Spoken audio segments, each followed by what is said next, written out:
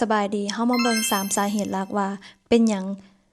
อเมริกาค่อยระงับวีซ่าของคนลาว2มีวีซ่าหยังแหน่ที่สหรัฐอเมริกาได้ระงับ3ผู้ใดที่ยังเข้าสหรัฐอเมริกาได้ไปฟังกันในวันที่4มิถุนายน2025ที่ผ่านมา President Donald Trump ได้ออกคำสั่งให้จำกัดวีซ่าของคนลาวในบางส่วนจะเริ่มใช้แม่นวันที่9มิถุนายนที่จะฮอดนี้สาเหตุหลักแม่นคนลาวอยู่ over visa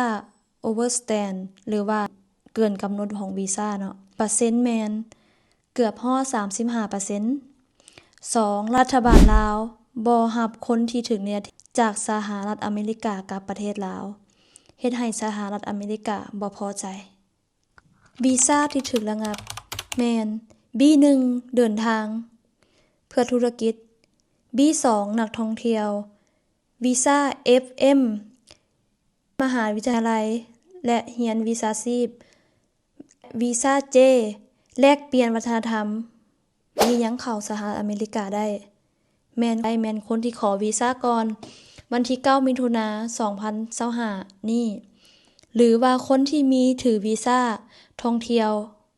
ก่อนหน้านี้เนาะยังเข้าได้ตามปกติจนวีซ่าหมดอายุเว้นเจ้าหน้าที่ทางการผู้ถือวีซ่ากินคาร์ดที่ยังเข้าสหรัฐอเมริกาได้ตามปกติ